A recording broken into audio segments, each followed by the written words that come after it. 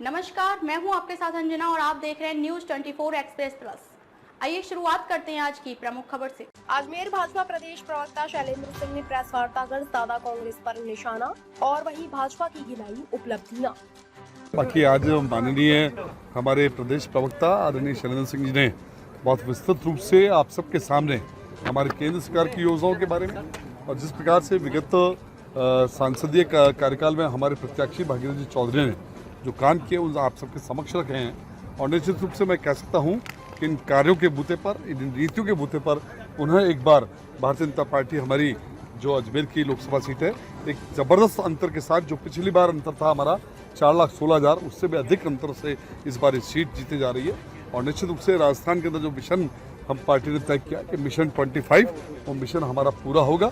और जो केंद्र के हमने तय किया है अब की बार 400 पार, वो निश्चित रूप से पूरा होने जा रहा है। ठीक, आप बोल लेना, अकेले में करूँ में क्या सर, नीचे कर सर, एक जरा पूछ ले सर। सवाल ये है, जो आपने योजनाएं गिनाई है केंद्र की, राज्य की, और कांग्रेस तो कहती है सारी हमारी कॉपी करी हुई है, क्योंकि कांग्रेस के सारे नेता तो बीजेपी में जा रहे हैं। तो फिर आप भ्रष्टाचार किसको कहोगे, भ्रष्ट किसका कह रहे हो? सर बताइए, देखिए, जो आपका प्रश्न है, केंद्र की जो योजनाएं हैं वो बिना भ्रष्टाचार के जनता तक पहुंच रही है, लाभार्थियों तक पहुंच रही है। रही आपकी बात कि कांग्रेस पार्टी के जो भी व्यक्ति आ रहे हैं वो भारतीय जनता पार्टी के रीति रिवाज, सिद्धांत, कार्यक्रम, जो माननीय प्रधानमंत्री नरेंद्र मोदी जी की जन कल्याणकारी योजनाएं हैं, विकास की योजनाएं, राष्ट्र के प्रति जो हमने कठोर निर्णय लिए हैं, जो राष्ट्र हित के निर्णय लिए गए, उनसे प्रभावित होकर कांग्रेस पार्टी के नेतागण आते जा रहे हैं। और आप देखिए, ये तो डूबता जहाज है, कौन डूबते जहाज में बैठना चाहेगा? आज ना कांग्रेस पार्टी की रीति बची है, ना नीति है, ना कार्यक्रम है। बताइए, क्या कभी उन्होंने कोई रोड मैप दिया भारत की जनता के लिए? आप क्या वो भ्रष्ट नहीं आएंगे, उन्हीं को आप ले रहे हो? बिल्कुल। देखिए, अगर जो उन्हीं को आप भाजपा में ले रहे हो, देखिए, भाजपा में सही हो गए? बिल्कुल नहीं। उनके खिलाफ जो भी कानूनी कार्रवाई चल रही है वो कानूनी कार्रवाई को हमने ड्रॉप नहीं किया है। जो भी उनके खिलाफ रिजल्ट आएगा, कानून उनको सजा देने का काम करेगा। हम कांग्रेस पार्टी की तरह नहीं है।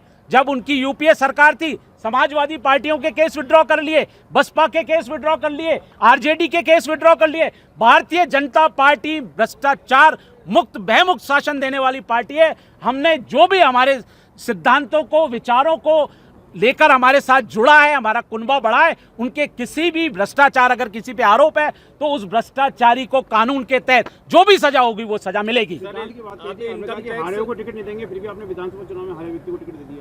देखिए, ये रणनीति का हिस्सा होता है और कब क्या रणनीति बनानी है ये हिस्सा माननीय हमारी पार्लियामेंट्री बोर्ड तय करती है, शीर्ष नेता तय करते हैं। लेकिन मैं आपको बता सकता हूं कि आज जनता में जो गरीब कल्याणकारी योजना है, जो गरीबों के मसीहा के तौर पर नरेंद्र मोदी जी ने आधारभूत ढांचे को सुदृढ़ करने का काम किया है, उनको जो मूलभूत सुविधाएं देने का काम किया है, वो कांग्रेस पार्टी 60 साल में कर पाई क्या? आप बताइए। राष्ट्र के प्रति, आज राष्ट्र के प्रति समर्पित है वो व्यक्ति जिनको ये किस तरह ओछी भाषा का प्रयोग करते हैं, इनको सोचना चाहिए। वो 24 घंटे काम कर रहे हैं, रात दिन। आप बता दीजिए, आप पत्रकार बंधुओं को पता है 10 साल में उन्होंने एक दिन भी कभी विश्राम किया हो? माननीय नरेंद्र मोदी जी ने अपने आप को राष्ट्र के लिए समर्पित कर दिया है। और राष्ट्र की जनता का भला कैसे हो? अंत्योदय योजना, जो हमारी पंडित दीनदयाल उपाध्याय जी की सोच थी, अंतिम छोर पे बैठे हुए व्यक्ति को किस तरह से उसका जीवन स्तर सुधरे, किस तरह से उसका विकास हो, किस तरह से भारत जो है वो एक सुदृढ़ राष्ट्र बने। आज अर्थव्यवस्था में हम 5वें नंबर पर आ गए। आज विश्व में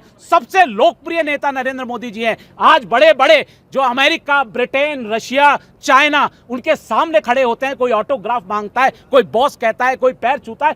तो इतने बड़े व्यक्तित्व के आदमी को, जिसने अपना संपूर्ण जीवन राष्ट्र के लिए समर्पित कर दिया, जनता के लिए समर्पित कर दिया, उसको ऐसी ओछी टिप्पणी करने वालों को जनता, राजस्थान की जनता 19 अप्रैल को और 26 अप्रैल को मतदान के द्वारा उनको मुंहतोड़ जवाब देगी।